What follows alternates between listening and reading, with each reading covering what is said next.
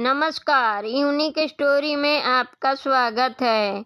यमराज की मृत्यु का रहस्य जानकर चौंक जाएंगे आप। कहते हैं कि काल ब्रह्मा ने या कहें कि सर्वोच्च ईश्वर ने मनुष्य को मिट्टी से, देवताओं को प्रकाश से और देवताओं के विपरीत शक्तियों को आग से बनाया है। यह भी माना जाता है कि कोई भी आत्मा विकास क्रम में आगे बढ़कर ही पितर, देवी या देवता बनती है। यह भी माना जाता है कि प्राचीन काल में सभी देवता सशरीर धरती पर ही रहते थे और उन्हीं का तब शासन भी था। देवता और असुरों में युद्ध होता रहता था। यह भी कहा जाता है कि उस काल के मनुष्य या देवतुल्य लोगों की औसत उम्र 500 वर्ष होती थी। यह जानने के बाद अब हम जानते हैं मृत्यु के देवता यमराज की मृत्यु का रहस्य। वेद कहते हैं कि जो भी जन्मा है, चाहे वह मिट्टी का रूप मनुष्य हो, प्रकाश रूप का देवता हो या अग्नि रूप में ब्रह्म राक्षस हो, सभी को मरना है। यह अलग बात है कि कोई 100 वर्ष में मरकर दूसरा जन्म ले लेता है और कोई 1000 वर्ष तक जिंदा करने के बाद दूसरा शरीर धारण कर लेता है। इसी तरह पुराणों में 14 इंद्र की तरह अब तक 14 यमराज भी हो चुके हैं। वेद और पुराणों की धारणा में बहुत फर्क है।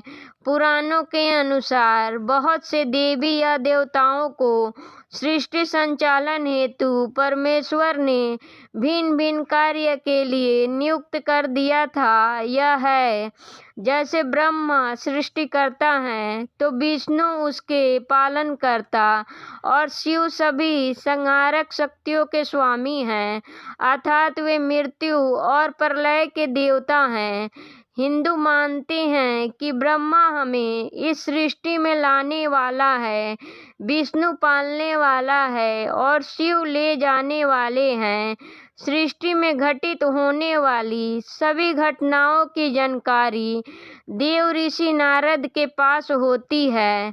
अंत में देवताओं में सबसे शक्तिशाली देव रामदूत हनुमान जी अभी भी सशरीर हैं और उन्हें चिरंजीवी होने का वरदान प्राप्त है। वे पवन देव के पुत्र हैं, बुद्धि और बल देने वाले देवता हैं।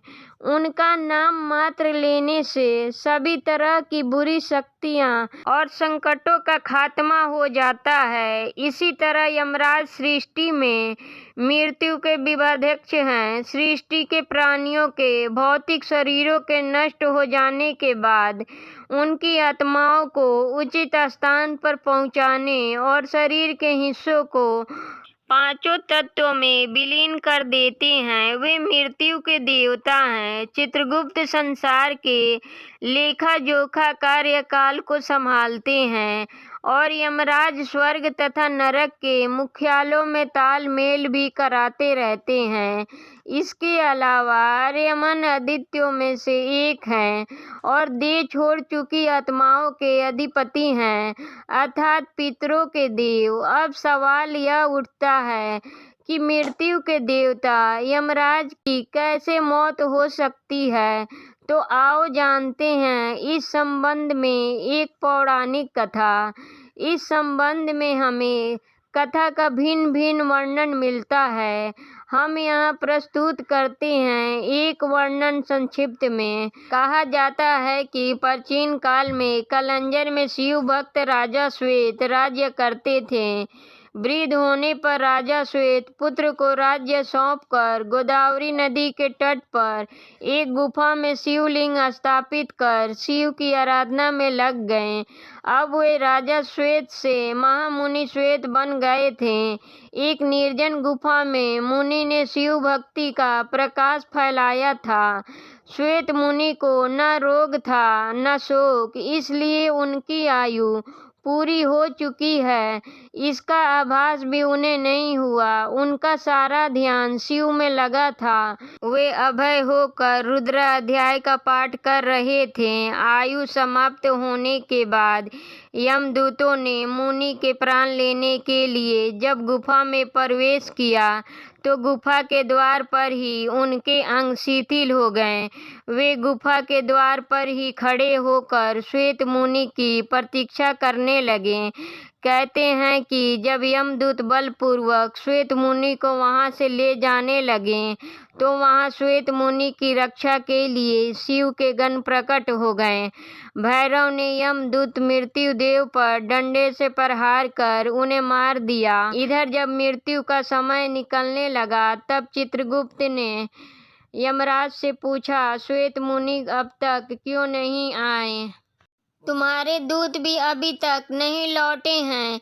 अभी कांपते हुए यमदूतों ने यमराज के पास जाकर सारा हाल सुनाया।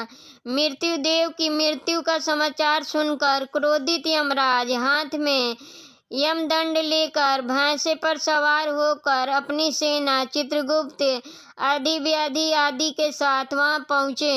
इधर शिव जी के पार्षद पहले से ही वहां खड़े थे। यमराज जब बलपूर्वक श्वेत मुनि को ले जाने लगे तब सेनापति कार्तिकेय ने शक्ति अस्त्र यमराज पर छोड़ा, जिससे यमराज की भी मृत्यु हो गई।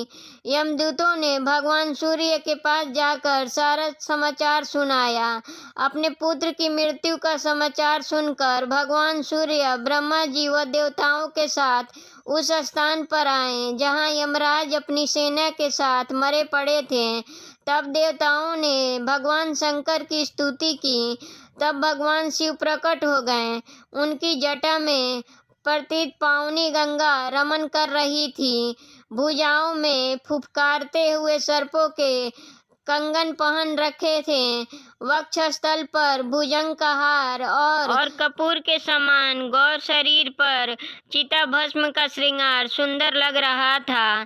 देवताओं ने कहा, भगवान यमराज सूर्य के पुत्र हैं, वे लोकपाल हैं और आपने ही इनकी धर्म अधर्म व्यवस्था के नियंत्रक के रूप में नियुक्ति की है। इनका वध सही नहीं है।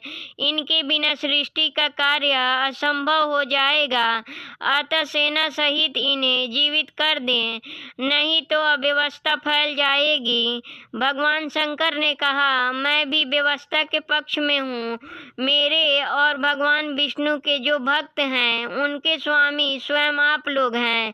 मृत्यु का उन पर कोई अधिकार नहीं होता। स्वयं यमराज और उनके दूतों का उनकी और देखना भी पाप है। यमराज के लिए भी यह व्यवस्था की गई है कि वे भक्तों को प्रणाम करें।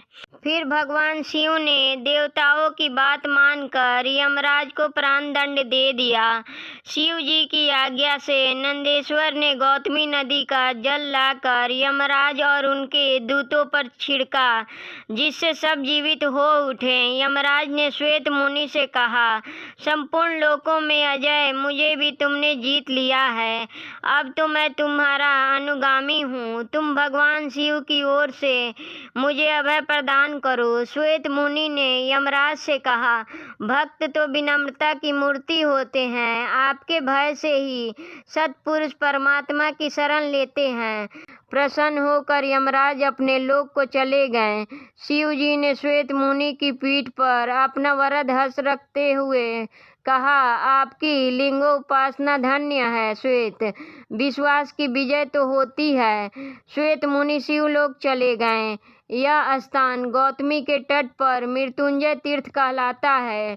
मृत्यु को कोई जीत नहीं सकता। स्वयं ब्रह्मा भी चतुर्युगी के अंत में मृत्यु के द्वारा पर ब्रह्मा में लीन हो जाते हैं, लेकिन भगवान शिव ने अनेक बार मृत्यु को पराजित किया है, इसलिए वो मृत्युंजय और काल के भी काल महाकाल कहलाते हैं। ऐसे ही वीडियो के लिए चैनल को सब्सक्राइब करें, वीडियो को लाइक करें और कमेंट बॉक्स में अपनी राय दें। वीडियो देखने के लिए धन्यवाद।